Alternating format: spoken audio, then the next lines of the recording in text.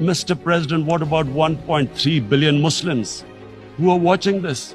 And they know that it is only happening in Kashmir because they're Kashmiri Muslims. This is not happening to Kashmiri Hindus. They know that this is happening because of their religion. So what do you think they will be thinking? What do you think the Jewish community would think if they were, forget 8,000 Jews stuck like this? What do you think Europeans would think? What do we think? I mean, any human community, if their members are stuck like that, what do you think they will think? Are we a children of a lesser God? Is it not going to cause us pain? That there's no justice when it comes to Muslims. There were Rohingya Muslims in Myanmar who are, God knows, almost 1 million people out, ethnic cleansing. What was the response of the world community?